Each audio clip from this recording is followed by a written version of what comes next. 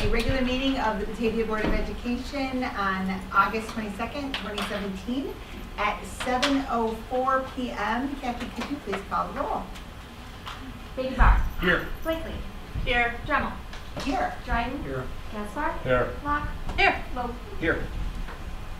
All right, and Blakely, we have no Mr.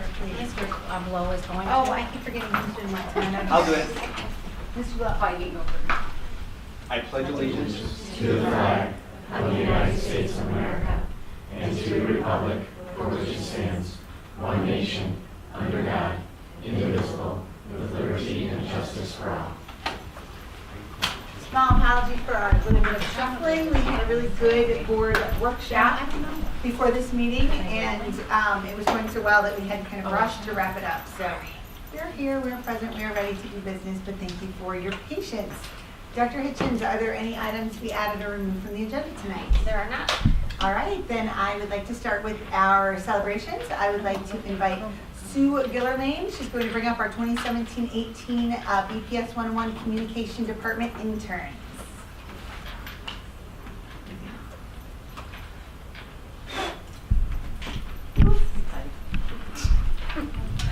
Please go take pictures. I understood. You like to just kind of crowd around. Yeah, that's good, yeah. Oh, you know what? Thank you, Tony. I forgot to do a little turn.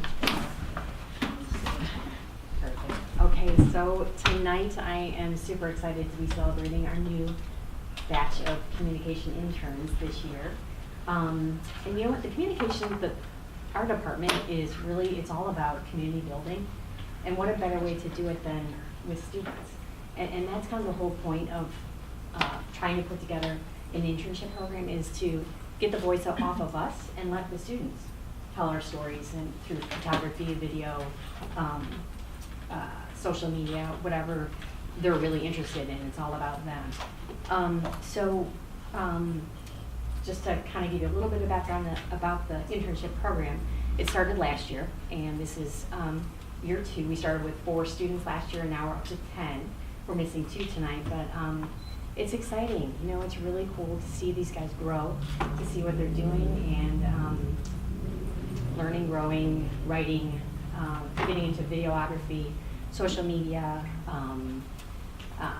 whatever they're really interested in is what this is meant to be all about.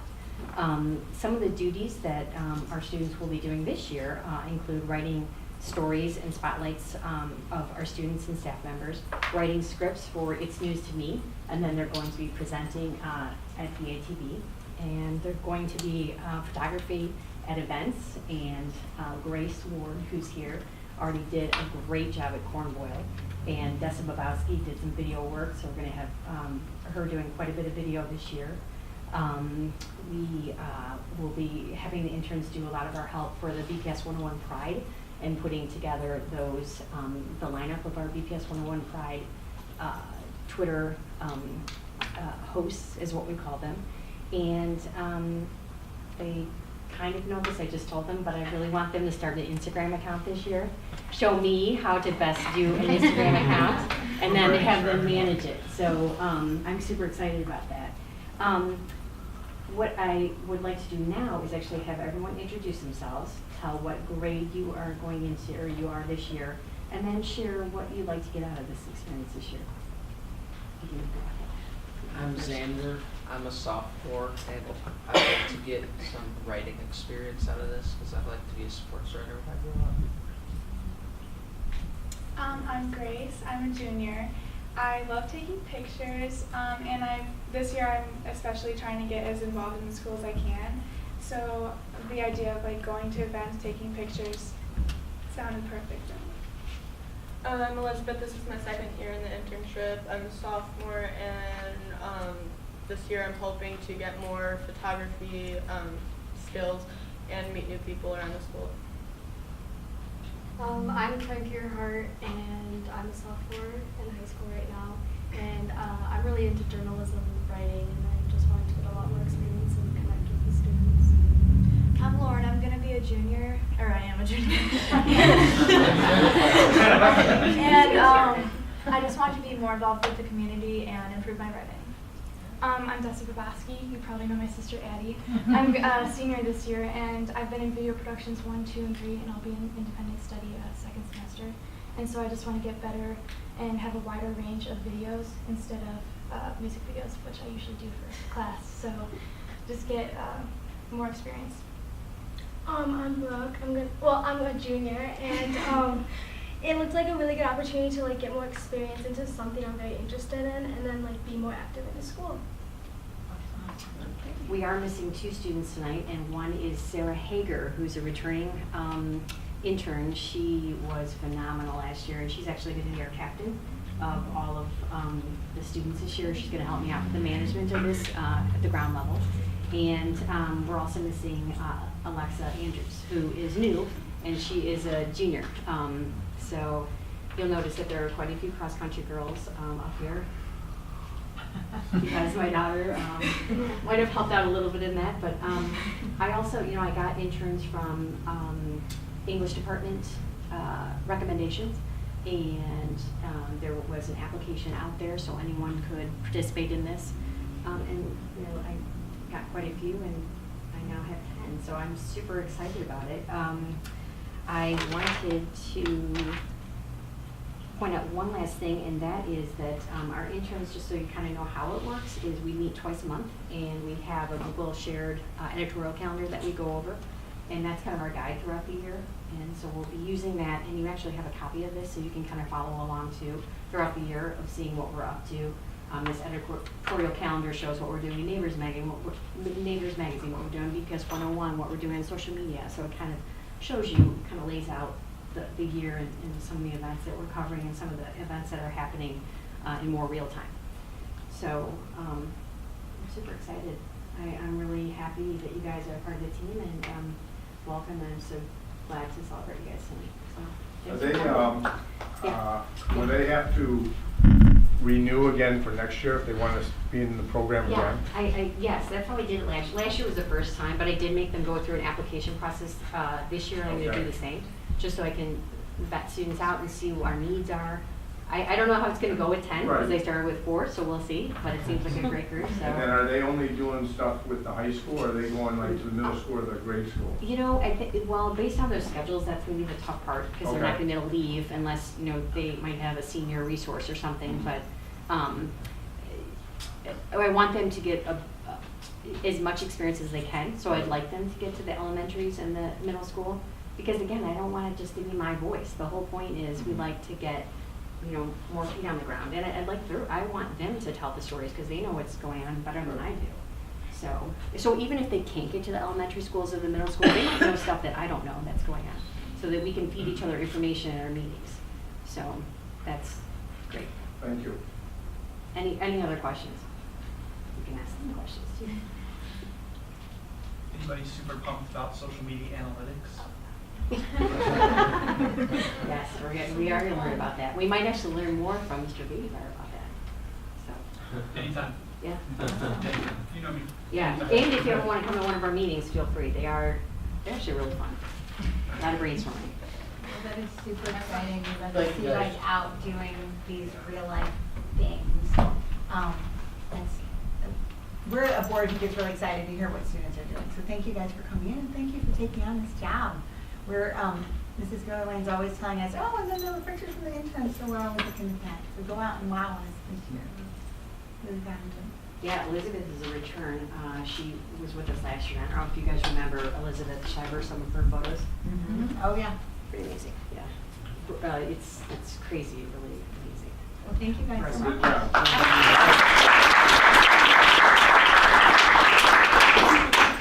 job. So with Justice Fund. at this time, see if Mr. Iglesias gets to follow that. At this time, we're going to open our public hearing regarding the fiscal year 18 budget. We'll begin the hearing with a brief presentation from the Chief Financial Officer, Tony Iglesias, about the budget. And then after his presentation, we'll hear any public comments regarding the budget. Mr. Iglesias.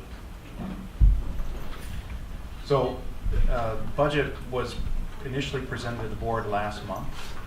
This is our public hearing, which we're required to do by law.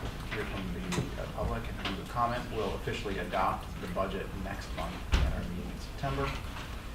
Not much has changed, at least what I have to share with you with the budget since last month. There's a number of items that we're changing in terms of account codes, how we capture, especially supplemental pays, those sorts of things, so that it's easier to budget and then more transparent in terms of demonstrating cost over time. And we're still in the process of doing that, so it's still a little early. There's also a lot of work that's still happening in the HR office in terms of hiring teachers and also teachers reporting professional development advancement on the salary schedule. So it's still very much in flux, but I still believe that we're going to come back with a balanced budget, reasonably balanced budget in September, and things are looking good.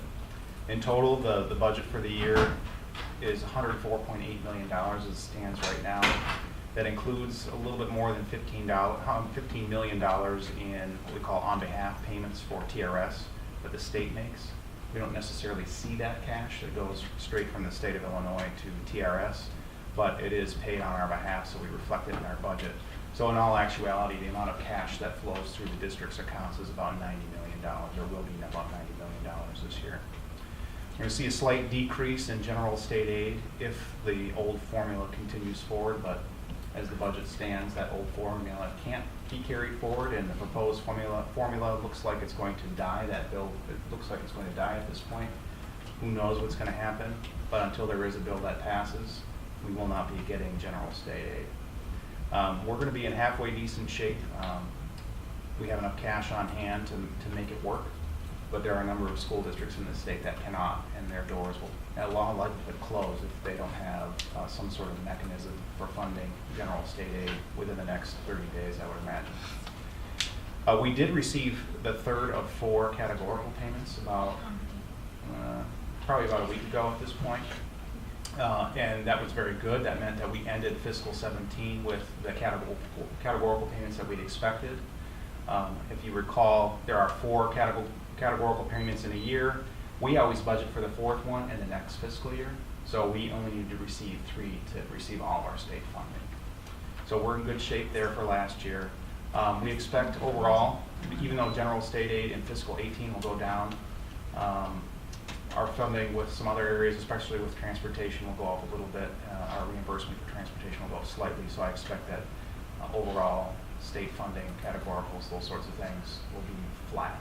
And our expenditures go up probably a little less than 3%, but again, we're going to have a balanced budget. So the budget at this point is going to be a good one. So. That third payment, just if I remember correctly, we're being fully funded, correct? Under the categorical funding now. So we've received for fiscal 17, we've received all that we expected. But remember, like in the past, didn't they only fund us like at 80%?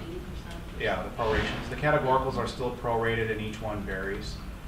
General state aid last year was not prorated; it was funded 100%. That's okay.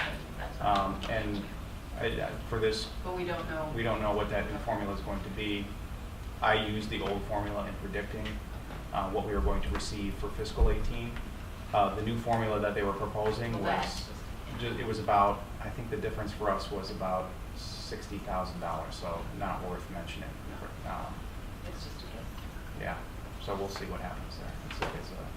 It's a who knows? Okay. So at this point, if there's anybody that would like to address the board and share their comments, they may do so.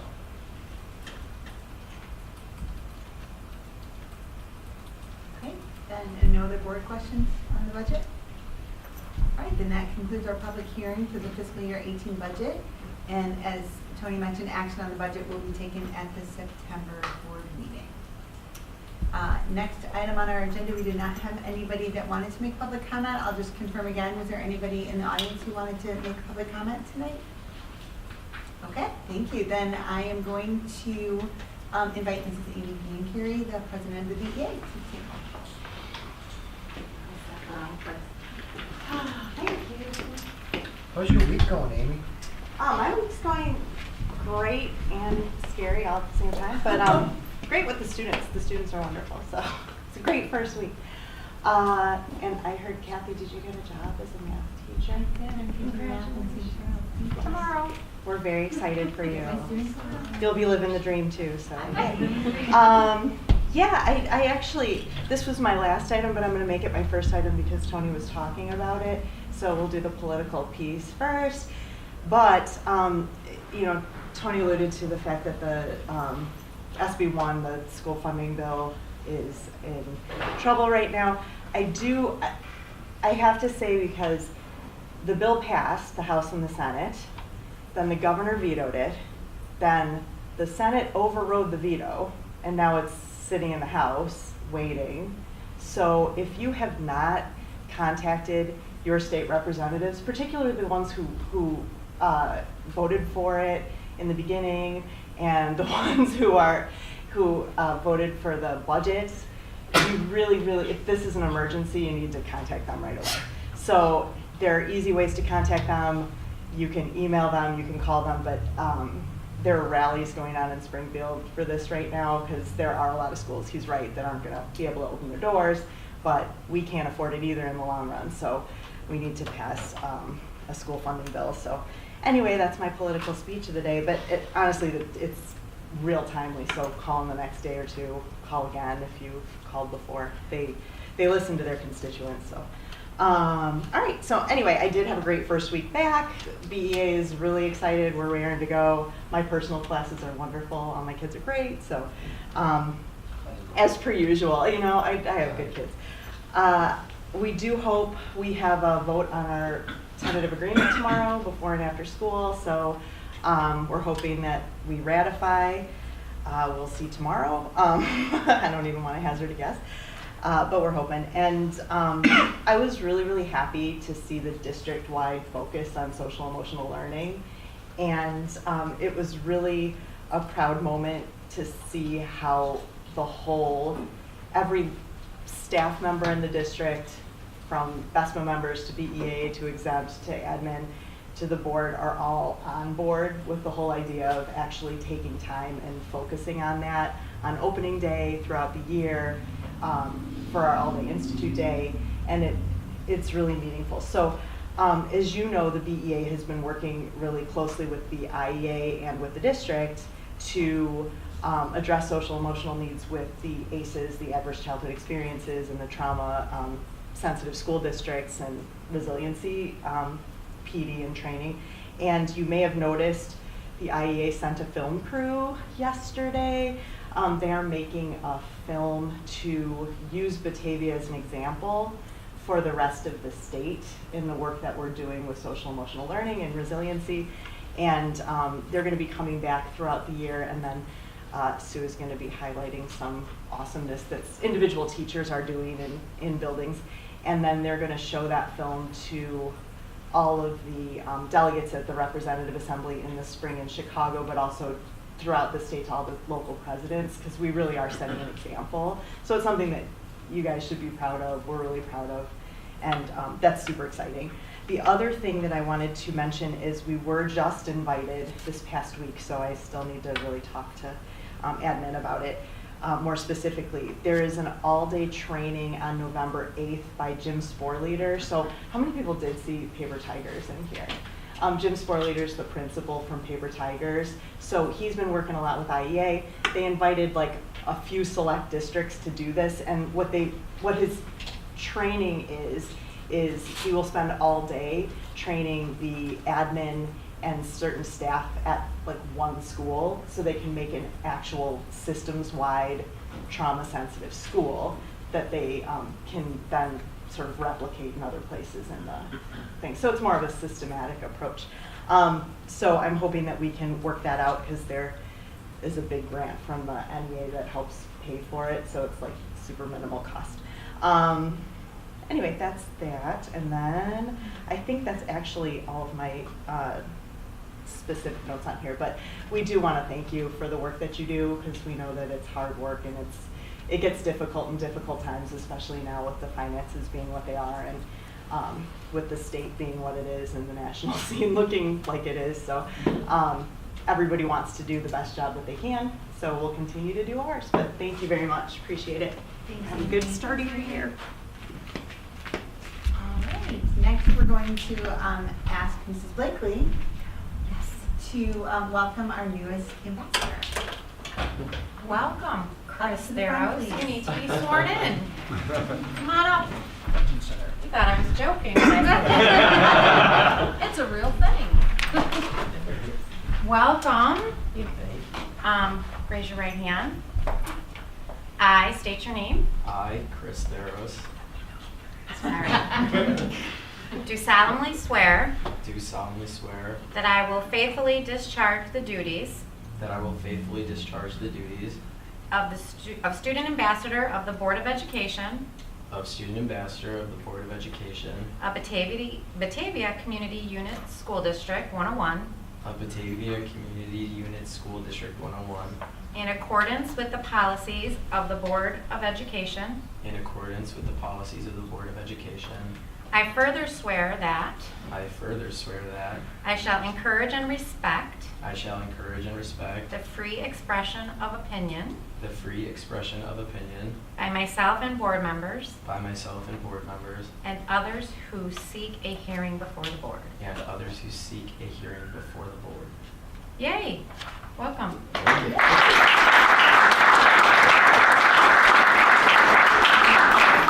All right, and now that he's all sworn in, we're going to turn I still to can't see the So, it's great to be back. We're excited for a new year, and so it's been a pretty good start to the school year. Obviously, there hasn't been very much to talk about because school has just started, but something we can talk about is Link Crew. And so Chris and I are both members of Link Crew, and so what that basically means is that we have a group of about 10 freshmen that we are they're considered in our Link Crew, and we're their Link Crew leaders. And so what we do is we help mentor them, help them through their freshman year, answer any questions they have, stuff like that. And so this summer, all the Link Crew leaders had to go through a leadership training program where we learned different communication skills and how to basically work with the freshmen. And so we used those skills at the Frost Fest that happened the day before school started. So that was when all the freshmen came in and they basically got to run through their schedule and they got to see how basically everything works at the high school. So we thought that was really successful.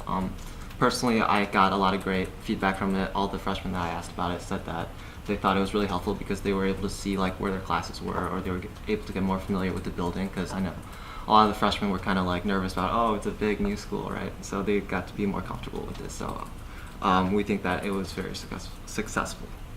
And on top of that, all of us leaders have been emailing our crew and checking in with them to make sure that their first week went well. And how it'll look over the rest of the year is all the leaders will go in during their lunch block, I believe once a month for the first semester, and we will be meeting with the Link Crew sponsors, and basically we'll get training in that lunch block on what we're going to be doing. And then the very next day we'll meet with our crew again during late start, so it's always on a Wednesday, and then we'll meet with them on the Thursday. And there will be different activities or certain things that we're supposed to talk about with them that we were trained on the day before. Our first meeting is, I believe, August 30th and August 31st, so we're jumping right into it. Also, the principal advisory team is starting up soon, so there will be more focus groups and student activities. And then other than that, just the first football games Friday that we're all looking forward to, and we're all excited for another good year at Batavia High School. So, what did you guys take out of the Frost Fest yourselves as a Link leader type person? What did you take out of the whole thing? Personally, I wish I had it as a freshman because Okay. I don't have any older siblings. I know that a lot of people who have older siblings, they're more comfortable with it because they know they can talk to their older siblings, but since I personally didn't have an older sibling, I was kind of nervous about what everything was. And I think that, I kind of said it before, but I think the most important aspect of it was seeing where all your classes are, because if you're able to know, hey, this is like the specific school route that I'm supposed to take, then it becomes like less confusing, right? On the first day when there's all these people, all these like big seniors, right? Compared to on Frost Fest when there's only freshmen in the building, it's a more comfortable environment. and on top of that, like seeing them progress through it At the beginning, they were all super shy and timid. Obviously, they didn't get to pick their groups, so some of them didn't have friends in their groups, or like they didn't know some of them. And as you progressed through it, it was very noticeable that they were getting more comfortable not only with each other but like with their surroundings. So I think just knowing that it was necessary to have, and it's such a cool program that is working for them, was another big takeaway. I heard a lot of positive feedback about that, and I think one of the things someone told me that you did was they went through the lunch period, and so they got to see who was actually going to be in lunch with them, and I think that alleviated a lot of fears, because that is kind of a major, fear that some students have, and also people told me that they got phone calls from their Link crew leader. Yeah, so the day So that was really the day cool. before Frosh Fest, we called all our people in our crew and we told them basically, hey, we're going to be your Linky leaders. Yeah, so I They mean, love they had it. that connection before they even got there, so there's a lot of, even I heard from the parents, so they were impressed with it too. Well, so we I have think freshmen, and Oh, there yeah, was so- so much okay. positive feedback.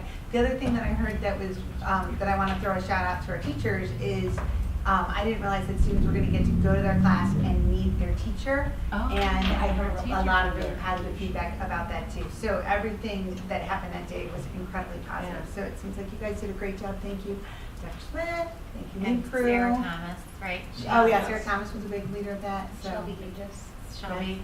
Yeah, it's a great idea. So There the was- whole Link crew group, that whole program was great. And I can tell you, the freshmen weren't looking forward to it. Like, we A got full day before a school. full day, Yeah. and that turned around quickly. So awesome job to all of you on Link. Perfect. All right, well then, thank you. Thanks, guys. Thank you. All right, the next item on our agenda is our consent agenda, which is an opportunity for us to pass a number of routine business items in one motion. All of the details are in the consent agenda and posted to board docs. So, Mr. Pierce, if you would take us through consent agenda. Absolutely. 6.1 and 6.2 are the approval of the regular session and closed session minutes from July 18th, 2017. 6.3 is the, I told you it'd be a much larger personnel report than last time, and it is. 6.4 is our monthly payroll and bills. 6.5 is a review of the closed session minutes from March 21st to July 18th of 2017. 6.6, we accepted a donation from the Burke family for beanbags for the Louise White LRC of total donation amount was $900. 6.7 was the ELA curriculum approval, and then lastly 6.8 is the approval of the consent agenda. Okay, are there any items on the consent agenda for removal or for clarification tonight?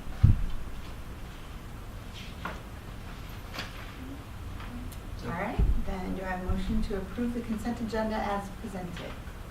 So. Second. I'm sorry, was that you, John Gaspar?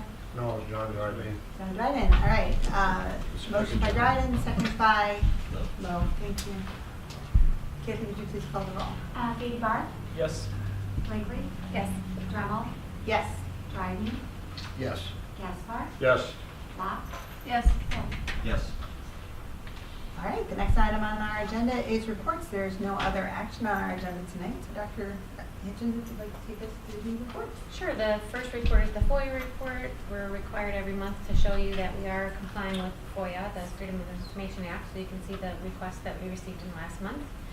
And then the second regularly occurring report is the treasurer reports. And we did, Tony did inform you that there was accidentally the June one shown there, and so the July activity accounts are now accurately shown in that treasurer's report.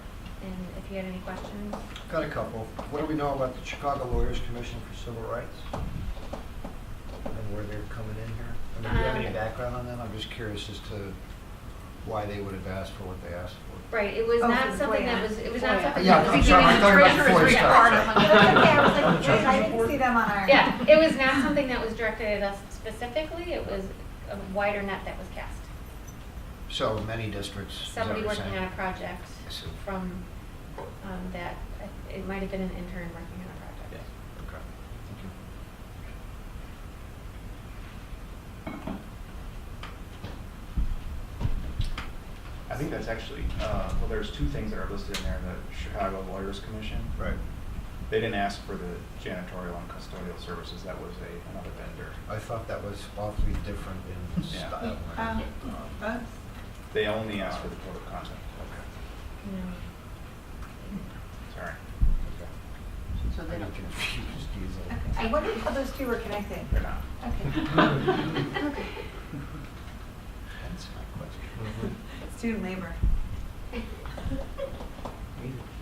The third report that you see this month is one that the board asked us, there was a request from the board to just revisit how we come up with registration fees. So that's that next report, if you have any questions or comments about that.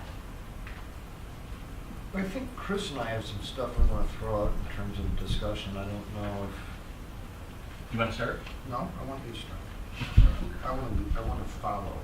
Okay, so I was looking at these and kind of wanted to, originally when we were making the request, wanted to get an idea of what it entailed. And from what I'm seeing, it's a little bit more complicated and convoluted than perhaps originally thought.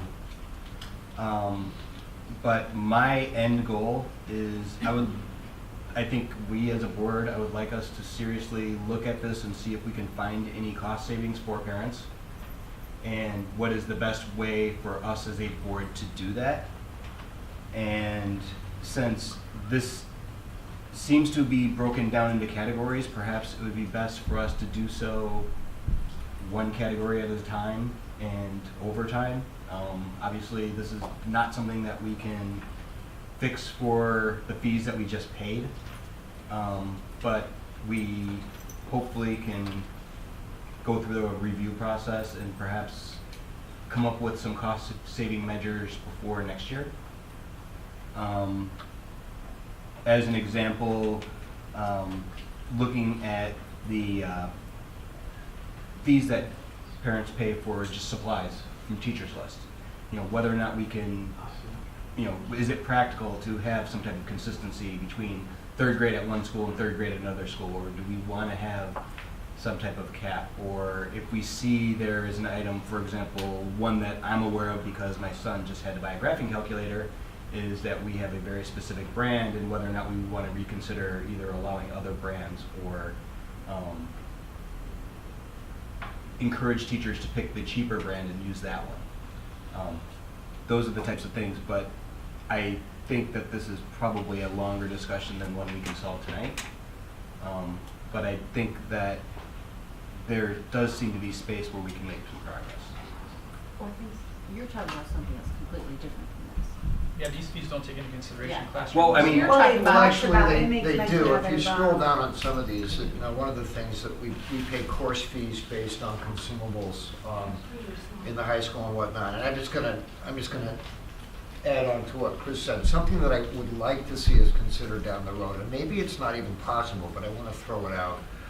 For example, if I have a child in English class and I need to buy for that course, or I'm charged a fee to buy specific books, I'm wondering if there is a way that we could do a couple of things. One, not require that they buy the fee through, or buy the book through the school, but if we can agree on the edition and the year, that they couldn't buy it from Amazon, they couldn't buy it from another local book dealer who can do it maybe a bit cheaper. Or can we have last year? I think we've started a buyback program, have we not, on some of those books, or am I incorrect in that? I don't think there's a buyback program, no, because We we're could- asking kids to annotate those books. Right. That's why we have them by And I think that that's- limited set, so they would Okay. be all marked And up. then that Okay. creates a problem for the But- teachers, because okay. then everybody has the book. Isn't that The marked what- up book. Well, I'm just, yeah, I'm it's just wondering, at least in terms of the, you know, purchasing the books for courses themselves, whether, I mean, once we have established the edition of that particular book, if we're open to the idea that they might purchase that book from any available source as opposed to just pay a class fee. Something I wonder if we could consider. One of the things that that brings to my mind regarding this is, we're very much in line with pretty much every other district around us, unless we're lucky enough to live in Naperville. But, Ooh, bite your tongue. I grew up in the I sorry. think you're paying. Sorry. Yeah, but one of the things that I'm not sure that we necessarily always do well is communicate to all parents all of the supports and resources that we have. I mean, I think that there are payment plans, and I know chip-in supports a lot of our families, and I just don't know that every family who might have a need, that we're making it as clear and as easy as possible for those families to take advantage of those opportunities. And I'm not sure what we could do more, but we don't have a resource page on our website, do we? For that stuff, yeah. Where is it? Actually, Sue could take us there right now. Oh, cool. Would you mind, Sue? Oh, look at that. Because it could just be that I'm not aware of it. bps101.net/FA, and FA stands for financial assistance. Okay, wait, but go to the main one, because if I didn't know where it was, how do I find it? Yeah, that's always my Do I problem. just type I in? can get to the home page. I can't find anything else. Uh-huh. Like if I just typed in. You don't need to log in, just go to the regular page.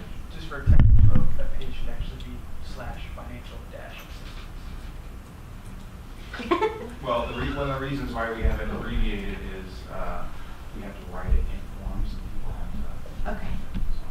So if I type exactly financial assistance, I can find it. I just typed assistance. It's under parents. No, it is. Okay, yeah, we found our parents. And now where are you? Wait. Free and reduced meals. I think it's. See, here's where I go wrong, because we go student fees. Right, so I see free and reduced meals, and I see waiver of school fees, which is awesome that those are easily available. I'm just wondering about some of those softer assistances, if we could have. Are you saying like school supplies or gym uniforms or? All of those, or the fact Yeah. that I know that boosters are really big on supporting if families can't afford to do sport. I would love all of our families to be aware that there are so many resources, because as a community, I really think we're committed to not letting kids miss opportunities. And yet, it is, when you're having financial difficulties, it is really, really hard to ask. And the easier that we make that information available, and I don't know what the answer to that is, but yeah, but just like, hey, and I know, again, sports teams do a good job. Don't let money be, a barrier, but my bigger concern would be, these are some financial realities, and I think that we've set our fees based on, there's a certain amount of balancing, charging the people who are using these services and commodities with not putting that entire burden on our community, but I would also like to just support the fact that we have so many resources for our students. I know that was a lot of words to make a really short point, but. And actually, can I ask a question? Because my concern extends beyond school supplies. It also extends to, for example, extracurriculars. If you have a child that's in multiple extracurriculars, you're all of a sudden talking hundreds of dollars to get them registered. Do we want to have a cap on that? Strategically, do we have an overriding philosophy as far as how we are coming up with the fees and what we expect each individual student to pay, whether they participate in extracurriculars, what classes they take, is in determining our fees? Because obviously the fees they pay don't pay for everything that they get. So we're drawing the line somewhere. I'm more curious as to how we're drawing that line and why. I think that having this discussion is never going to be easy, because whatever comes out of our mouth is going to come off negative. But in regards to the school fees, I personally feel that some of the things you were suggesting, especially with school supplies and calculators, absolutely it adds up. But the calculator that you're talking about lasts them throughout high school. So it's an expensive fee initially, but it lasts years. But in theory, it's also a calculator that has an app that I can get on my phone, and it's free, and it's exactly the same. Well, and then, but see, now you're getting into policy of phone usage, so. Well, right, and that's why I'm wondering. In regards to school supplies, I think the board sets a tone, but I don't think it's up to the board to tell the teachers to put this and this on your school list. I don't think that's our job. Oh, no, I absolutely agree with that. I think it's more of, if we have an elementary, if we have one elementary school that for second grade, they're asking them to buy $38 worth of supplies, and that same grade over at another elementary school is asking for $84, that's a problem, I think. But that's not up to the board, that's up to the parents to talk to the principals about that. That's not. Well, and that's why I'm asking, do we as a board want to have more of a guideline that says, all right, if you are in elementary school, teachers, when they're coming up with their list, need to keep that budget under the X amount. I think that as a board and part of our policy is to set the school fee. I don't know, and chime in, I don't know if it's our duty to set school supply I don't amount. think it's our duty. I don't think to tell that's the our duty. teachers what to do. I mean, I'm just saying, I really don't think it is. What we do is we are constantly looking at both the school fees, that's the bigger piece for parents when they register, the course fees, which go towards consumables. We're going through a process of constantly reevaluating to see if we can do that can we get it cheaper, can we buy in bulk, those types of things. So there is, just so you know, there are people that are working to try and minimize those costs for parents. So we're not, being extravagant there, but we're always looking for those cost savings. In terms of like school supplies, those other things that parents were asking them to bring, we also go through a process. So we get feedback from parents. Last year it was one of our big topics that we talked about, was what is the cost that you're willing to pay for school supplies? Like what is reasonable for that? So we try and solicit feedback. I have to say feedback, it does vary. So like some people are like, I want to pay nothing. And other people will be like, whatever it takes. I'll pay $125, $200, whatever it takes for my kid to have a good experience. So the things range. What we've decided to do with that feedback internally was to move to a more standardized list for each grade. So there will be one kindergarten list for the district next year, one first grade, so on and so forth. Because they do vary pretty widely. We had each of our kits this year priced out at Target while they were on sale, and the prices, even if you're shopping at one place, are pretty widespread throughout the district. So we're working with staff. They've done a really good job of working with us to come up with a standardized list. We've also, this year, our work was to get rid of like specialized products, like you need a pink pearl eraser.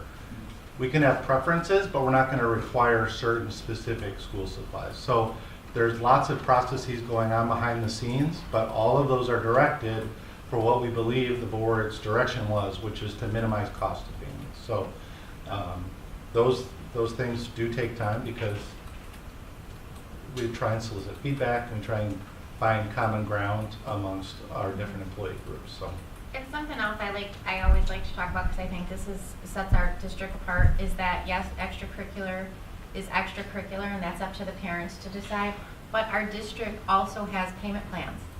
And that's something that other districts don't have. And if your student wants to be a part of some extracurricular, but you don't have that out of pocket right there, the payment plan is available. And that allows, and there's chip-in, and there's boosters that will allow that help. But I think the payment plan is a great thing our district offers to our families. And I think that would be a great part to include in a more extensive discussion on a specific topic on extracurricular fees. But I personally feel like it would be worth going through the exercise to come up with exactly how we came up with those fees and what our overall strategic goal is for assessing those fees. Again, if your kid's doing 3 sports or doing band and a couple activities and their fees end up being $500, is that okay? Is that our goal? But is that up to us to decide, or is that up to a parent to decide? It's up to a parent. I think it would be up to us to decide if we wanted to have a cap and say, hey, you're paying, because is the goal of that fee in order to make sure that the child is dedicated? Because are they really paying enough of a fee that is offsetting the costs? I think it's more of a just, you hit the nail on the head with the last word you said, was costs. Speaking from personal experience with some extracurriculars, the fee is actually not a fabricated cost. It costs X dollars per student to participate in that activity. But we charge the same amount regardless of the activity, don't we? Right, but that doesn't mean that's how much the activity costs. So Well, that's that's where you my have point, your yeah. booster organizations that come in and Or offset those fundraising, costs. yeah. So if we as a board decided that we were going to cap how much an activity could cost, that places the burden back on the community because the boosters are going to Potentially, yes. to get that money. But then you're putting the responsibility back on the parents. So you're saying that parents are saying our fees are too high, but if we cap it, and that student still wants to do that activity, it's gonna be up to the parent to supplement that with the Well, board. it would be up to all the taxpayers to supplement it. And No, it would be up to the individual household. We would go to the parent and say, okay, If we decide the cap is $300 and a kid decides to join 3 different things, and it normally would have been $500, we actually just saved that parent $200. It No, needs to come from somewhere. It gotta come from somewhere. Well, yes, it's going to have to come from somewhere, and it would It has to- probably, it would so- either have to come from a budget cut, or it would have to come Right. from. It would from come, taxes. we have to cut somewhere else. Yeah, I mean, I Get totally that agree out. that we would have to cut from somewhere else. I just want to make sure that we are comfortable with the fees that where they're at versus We've had raising this them or lowering. discussion We, before. we have, a lot of the fees started when the economy, we had issues with the economy, correct? We've always had Was it- Fees have been in place. But didn't they, but we raised the fees, The correct? Like in activity- the Well, activities, there was I'm a meaning time. the I think activities that's fees. mostly because things cost more than they Right, were. but, Right. I mean, There I was more remember. sports and activity like 10 Do you know or what I'm 15 talking about, years Lisa? ago. That- Yes. okay, so- About 10 years ago, Yes. sports and activities Sports went up. and they raised hadn't been quite a up bit since. because it was decided that we didn't want to look to the parents and the community for more money. So we created this, and then also it was because nobody wanted to cut programs. So, I mean, I'll be honest with you, we can discuss this, but I personally am not in favor of cutting programs or to do this. And personally, I don't have an opinion yet because I don't have the information. Right, I felt like we were looking at the standard fees that are collected by various districts throughout. I think there's two different things we're Right. talking about. Oh, I mean, we've got our, I mean, so that's why I said it's more complicated than I originally thought, because we have our school fees, which kids have to pay in order to come to school here. Right. We've got extracurricular fees, which people have to pay in order to participate in extracurriculars. We've got our class fees and a material list That's, for.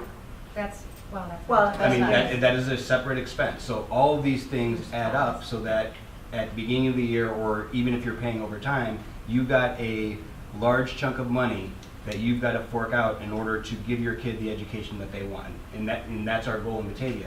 And I'm fine with that. I just want to make sure that we have a rationale and a reasoning behind the numbers that we've come up with. Because to the best of my knowledge, these numbers have been around for 10 years. I don't remember being part of a discussion as a board member to say, we've created these fees and the reason that they're set where they're at is for this reason.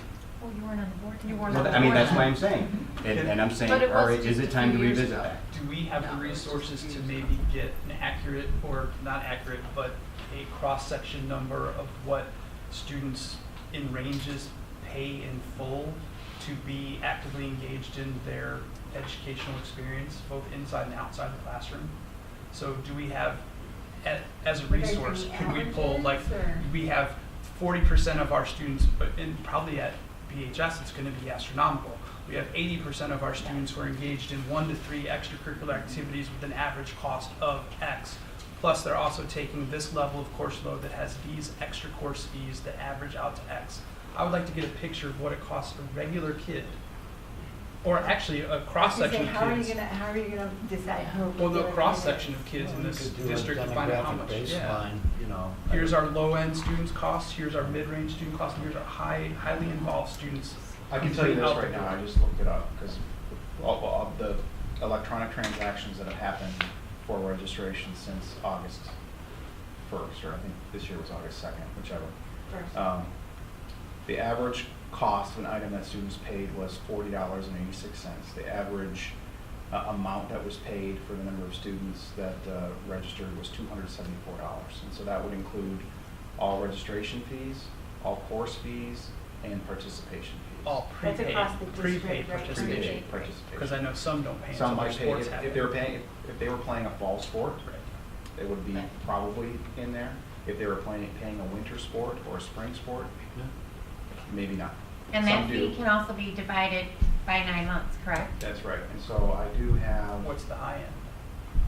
So the high end, I don't know what the high end is. I just have the averages, unfortunately. I The think number of the other thing items is- per student is 6.73, but you know, it depends on. So what they pay. 6.73 items per student at an average of $20 per item. I think you said 40. $40, oh, so, okay. So there are 28,000 assessed items. Yeah, that's just. And then so the other thing was that No, never mind. I don't want to, I'm guessing at numbers off the top of my head, so. Sure works. I mean, don't I think we're want money to spitballing go here on. anyway. I don't want to overcomplicate this, but I do have a question, and it's probably going to be directed to you, Tony, and just for my clarification, the families that would need financial assistance on student fees would have to show a threshold of income, I should think, yes? Which would be based roughly on federal poverty, household, et cetera. And the number of people who live in our. Right. So the people in our district that I would be most concerned about would be the households, the families that are above that poverty level threshold, that are not wealthy. So think of them as the working middle class, if you would, the people who don't have a high income but aren't on that poverty level, but it's paycheck to paycheck, et cetera, et cetera. And I think one of the things we have to do as a board, whether we believe that the fees are reasonable or not reasonable, one of the things that we have to be aware of is that for many households, it's still, it's a shock of cold water, that registration and forking down that check, because they don't and will not qualify for financial assistance, and yet the fees are a hardship. So it's something that we have to keep in mind as we go forward. And Chris, I don't know if there's, maybe we can find some economies there and ways to reduce it. I do have full faith that the administration here for years has done what they could to keep the fees down. But we have to keep in mind that, many people work very hard for their money, and this is a lot to fork over to get their kids enrolled in school and to do those activities that we would like to see them do. I would hate to see any family not be able to participate in extracurricular activities because they simply can't afford it. And so that's where the payment plans help and chip in can help. And I do have here that almost 14% of our students right now are on a payment plan. So that basically cuts that number into 9 payments. That's cool. I think, I hear exactly what you're saying, John. I think it's a wonderful thing, but I think we do so much for that situation, and I don't know if it happens. Maybe it does. That if a family were to come and need assistance, I don't think there wouldn't be a way that we could help, even if they don't qualify for that assistance. I think there's so many resources out there that we would pull together. Do we know? Maybe that's what Kathy's talking about getting, Right. what can we put together, I mean, get I on know- the website and make it happen? I know routinely for field trips, there are parents that have donated extra funds to make sure that no child Dances, gets left proms, behind. Right. everything. There's been money collected for prom and post-prom to make sure that kids can participate. So there are lots of resources. The ones I worry about, John, are the same ones as you. The people who are struggling and working hard and feel like that's charity, or that's something that they maybe don't even know is available. Those are the families. I want to make sure that they know there's 100 people in this community who want to support every kid that walks through our door. And as Yeah. a board, you guys did decide, I think it was in the spring, that you wanted the clubs to not have a charge, so that Yeah. anyone could Right. participate in the club Right. without I remember that being discussion. charged. So you did open that door for anyone to join without paying a fee. So there are opportunities. So again, I would like to see us have a better resource page, Yeah. and I don't know how that would happen. If we could have something on there that, said, if, I don't want to say like a giant red button, but like, if you are in serious need of help or something, Right. or, you need help paying, click it, Right. Right. So we're required by law to do that each year when folks register. Oh, cool. I didn't see it. Or clicked. Maybe it would have been seeing that, but I'm with you, John, because it's not easy coming up with the money there. I chose to pay it all in one So here's chunk my rather question. than the payment plan just to get it Is out of the way. this something but- that we want to discuss further? Is there any particular part of this that you would like to examine on a deeper level? Chris, I know you shared your thoughts. Where does the rest of the board stand? I'm going to kick it back to Brad, and I don't need an immediate answer, but I'm sure there are vending issues and all kinds of stuff, but I would be interested to know if that one thing that we can do with the consumable books and whatnot, if we can have parents go to outside vendors, and that might be logistically insane.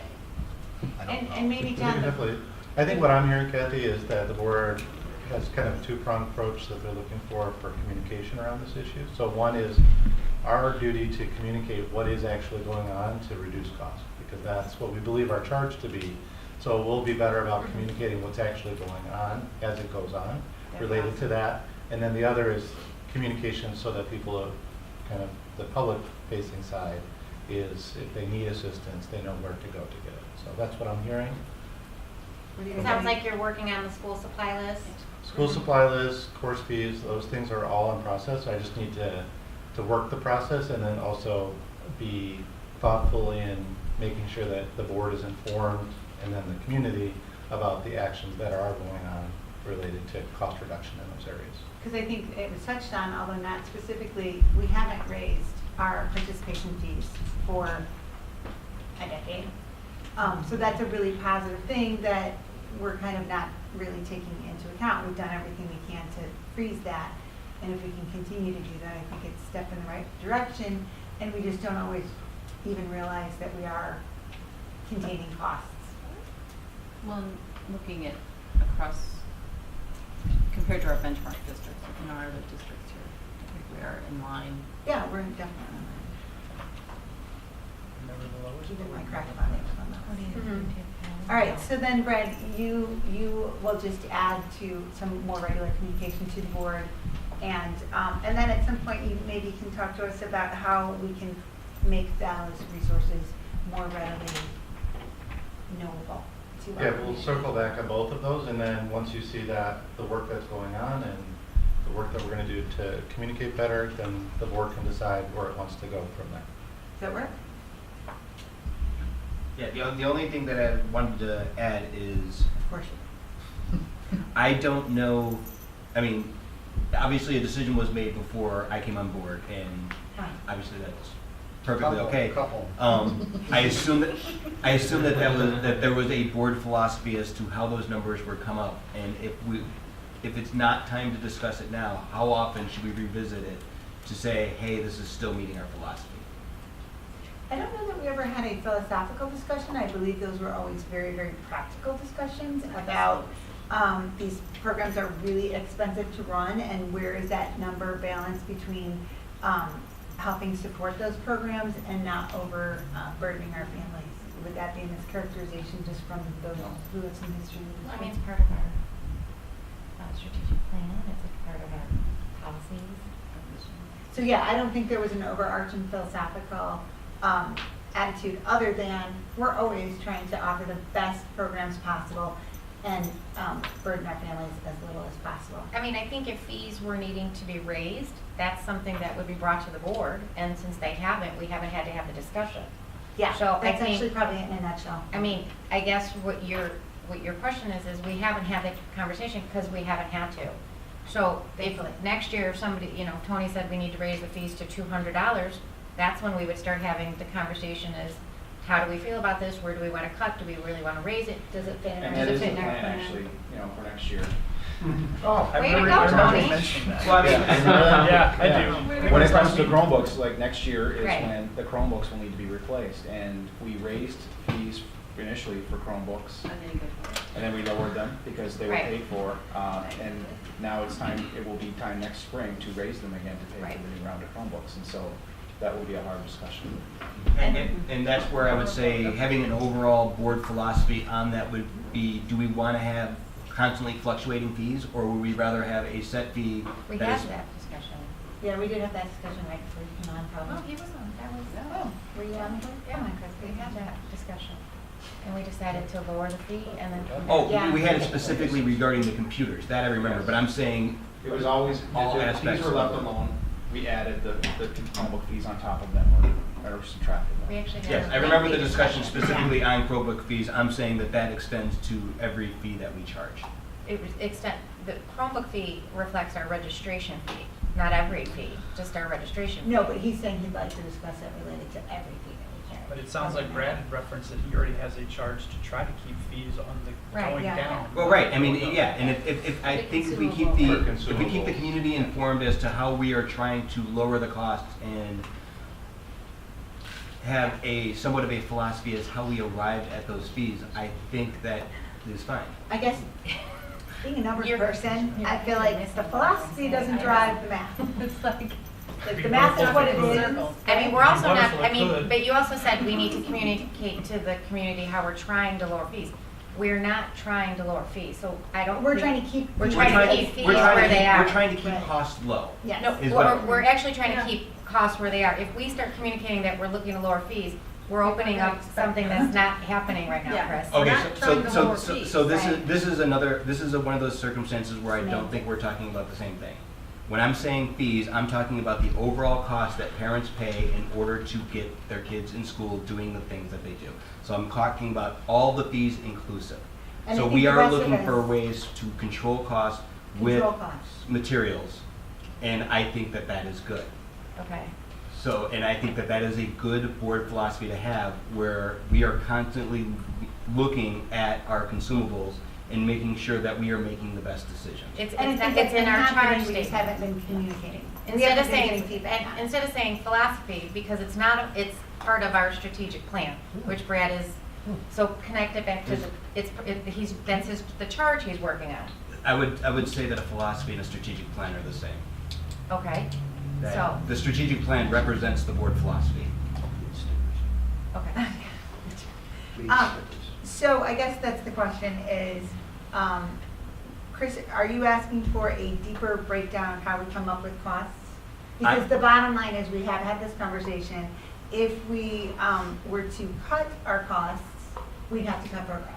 So, For now, I would say that having a feedback as to where the administration's efforts go as far as the report that Brad's going to give us would be adequate for now.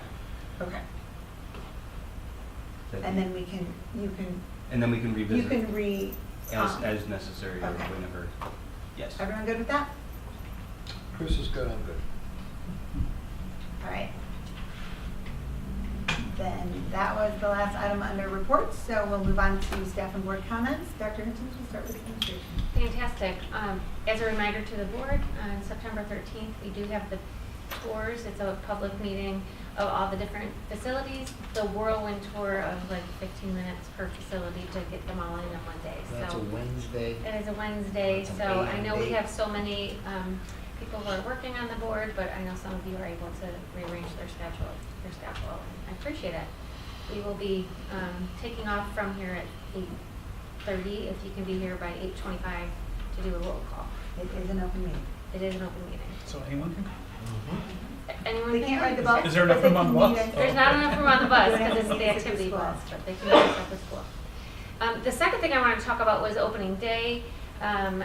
Like I mentioned, a lot of you are working people, and so I do want to take a few minutes, actually, to talk about some of the celebrations from 2016-17, because that's a big part of our opening day assembly as a staff, where it's our one time a year when we're all in the same room. And we take some time to reflect on the accomplishments from the prior year, and it was quite a lengthy presentation because there was so much to celebrate.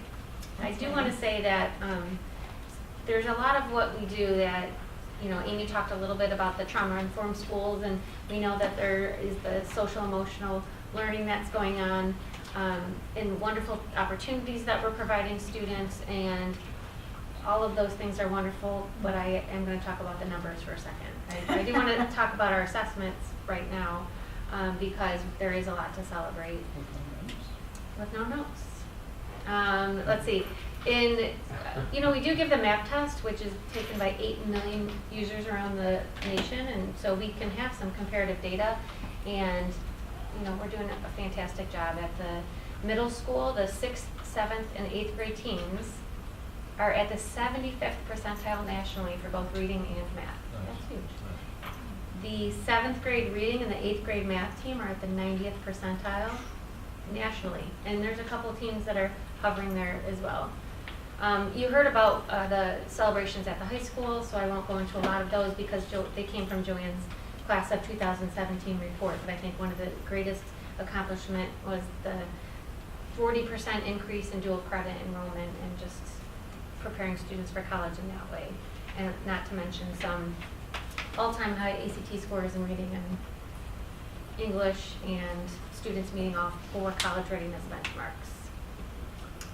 Elementary school, all right, so we have 30 elementary teams, and there's 6 schools, 5 grade levels per school that take MAP, so I'm just gonna talk about MAP. And the number of teams that increased to that 75th percentile, again, this is national, so we have 22 out of 30 teams at that 75th percentile at the elementary for reading, and 20 out of 30 for math. And that's an increase of 7 teams over the prior year. So, you know, we're just, success breeds success, and we're looking at the teams that are doing really well, and other teams are learning from them. And so that was a lot to celebrate. And also at the elementary, some of our most struggling learners, the ones that are in the tier 3, so are struggling reading and math, we ask all of our students and our teachers to set goals that are not just hit your targets that MAP gives you. We need them to grow faster than that, because they are, let's say you're at the 5th percentile, our wish for them is not for them to stay at the 5th percentile, it's for them to grow beyond that. So 73% of our most struggling readers exceeded their growth targets, and 72 roughly in math exceeded their growth targets. So they're outperforming where math predicted they should. So that's huge for the tier 3 students. First grade, how do you not talk about first grade? They're like above the 90th percentile, every single first grade team in this district for reading and math. Above the nationally, they're in the top 10% of all of our first graders are getting such a top-notch experience as far as how much they're growing in their reading and their math. It's a little pressure for this second grade. I know, right? We're gonna have to throw out the second grade. And then finally, this is a great celebration, and I see Lisa Placey here in the audience, but our, as you know, our preschool program, you know, students who qualify for an IEP are eligible to attend that program from the time that they're 3. And so a lot of, in history, in our past, before we had such an awesome program, students were outplaced because we were not able to meet their needs within our preschool program. For the last 3 years, 0 students have been outplaced at the preschool because the teachers there were able to meet the needs and develop programs. So that means we get to keep the Bitty Bulldogs, I think they call them. The Bitty Bulldogs get to stay in our district and have the benefit of our teachers and our programs. That's awesome. Really awesome. So I know that's usually, I don't take that long for my comments at the end, but I thought it was important for you guys to hear some of our celebrations, and especially after our great board workshop where we talked about monitoring progress. Our strategies are working. We talked a lot about that in our opening day, about what strategies we're using, and that they seem to be working. So congrats to all the teachers and who got those results, and nice job with the students who keep exceeding our expectations. And you know, usually I turn this over to either person on the end, but for once I'm going to jump in and say one of the things that I am really proud of as a district is that not only do we show these incredible growth in learning, and they're numbers that we can measure, but as Amy sat up here talking about, we're also really, really focused on the social emotional learning of our students. We've talked about adding programs at the middle school. We talked about what we're doing at the elementary school. So I think that is probably one of the things I'm most proud of. It's really hard to measure social emotional stuff, but it is something we are always working on. So we are 100% committed to taking care of our students as people, not just as numbers. And I'm really proud of that. Let's start with Sue tonight. Just want to welcome everyone back. Hope everyone had a great first few days of school. Well done. I want to wish Kathy a wonderful day tomorrow. She starts her new career as a teacher. So, although we won't say what she's going to be. Boo hiss. That's not you. Find the wise. Yeah. Find the way, yeah. So, anyways, we wish you the best of luck. So I'm sure you'll do a wonderful job. Thanks, Sue. Chris. I wanted to say congratulations to our new student ambassador who's not here. Yeah. Congratulations to our communication interns, and congrats to all the students and teachers being back in school. I'm really looking forward to all the fall activities, doing cross country and football and soccer and all, and band and everything. It's just nice how our town comes alive once the fall starts and everybody starts gathering and all that. So I really look forward to this time of year. I don't have anything. Thank you for sharing because I was not able to be at opening day ceremony, so that's some great news. Dang, that worked. So thank you. Thank you. Bob? Just to kind of echo a lot of what everyone said, it's exciting to be back. Cornboil is always one of my favorite activities of the year. I kind of did the early shift there this year, got to see the football team run through some drills, got to see the band run through some drills, got to walk through the booths, which is a great time. It just like fall is just crazy good. Also to echo some of the stuff we talked about with opportunities and being able to find those opportunities, I had the great opportunity to participate in some big meetings earlier this year where we talked about those school lists and we did some surveying and talking about how our families and friends in our individual elementary school districts thought about those. And it was just great to see that that feedback was provided and then taken in by you guys, and then actually there's going to be a positive standardization and hopefully minimize some of that, variance from class to class in a grade even. So that was really cool to be a part of that, and just to see, speaking of opportunities, the interns, to see the opportunity they get. My background's in journalism, to be able to be a communications intern as a freshman or doing it for their second year as a sophomore, these kids just get such a leg up on the quote unquote real world and these experiences that a 10-person communications team in a district that's 100% students, that's just crazy. I mean, I admire you to be able to work with that kind of talent all the time. So there's just so many opportunities, and hopefully we just continue to make it aware to everyone in the community what those opportunities are and how to take advantage of them. Wait till our first graders get there. Yeah, no kidding. You can't even talk about the district. 90th percentile in the nation first graders. Oh That's my just goodness. insane. So thank you to everyone. We're going to build rockets. Sounds good. Okay, something completely different. I don't have a smartphone, so I'm not on the internet a lot.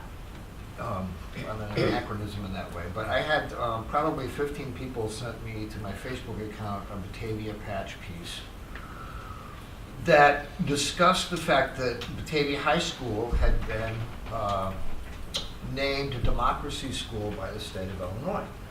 And I believe that there was maybe grant money or something. Anyway, it's and I wanted to say congratulations to high school administration and staff. Without irony, this is an award based on teaching kids about the Constitution, helping them develop citizenship skills, helping them develop and understand their civil rights. And it's not just an award. This is a standard that we should be meeting. So I'm very, very encouraged by this. I'd like to encourage the administration to work with our instructors in the humanities, social studies, and English and other places that are appropriate in continuing to achieve this standard with this caution. And we have to acknowledge that creating active, engaged citizens, which is what this award is about, requires that we teach students real critical thinking, which means that we have to be willing to take out, to remove ideas like orthodoxy and allow our students to critically think and engage outside the box, which is something that we're not very good at inside of authoritarian systems. But anyway, congratulations. Let's make it a standard. Let's keep doing it.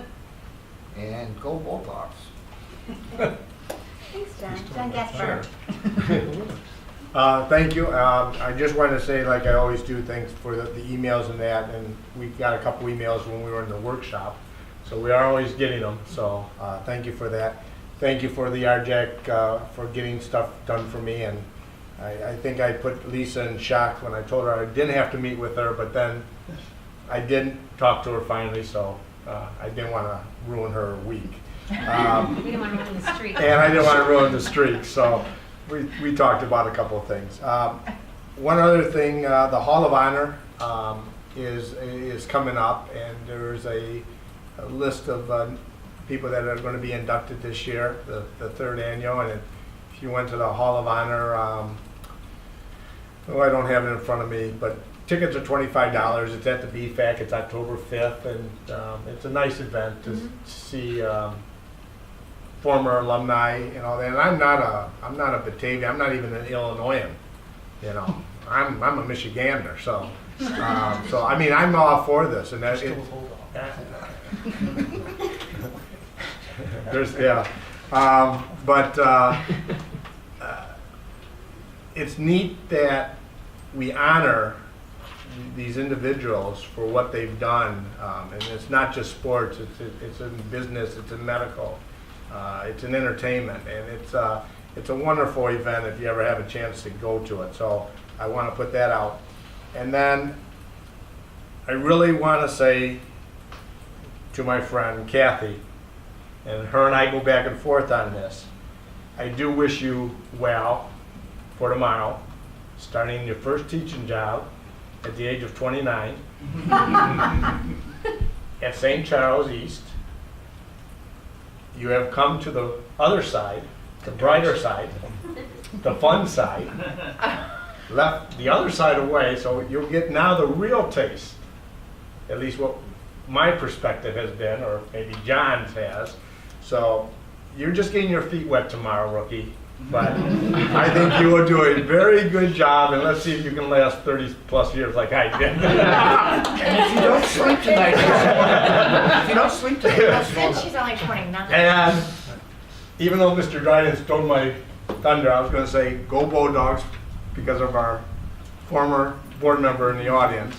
But that's the only time I'm going to say it, because you were here. But I just want to say thank you to everyone, and I'm glad everyone's back in school. The BFAC was very good. The energy was great. Lisa did a nice job. I had told her that, and I think the staff was receptive to a lot of it on that Monday. So it was great, and you know, we're just trying to do the best we can. And right now I feel sorry for Tony in a way because of all the budget stuff and what then we're going to have to face with. And it's not a wonderful thing, but it's reality. And so that's something that we don't take lightly. And I know Tony does his best to let us know what's going on and everything. And he's done a great job in this office, turning things around and being transparent on things. So I just want to say thank you. So thanks. Well, that is everything on our agenda tonight, so I would entertain a motion to adjourn. So moved. Second. Moved by Gaspar, second by Locke. 8:21. Yes, if you could call the roll. Big Bar. Yes. Lakely. Yes. Right. yes, please. Gaspar. Yes. Klein. Yes. Lowe. Yes. Sally. Yes, we are adjourned.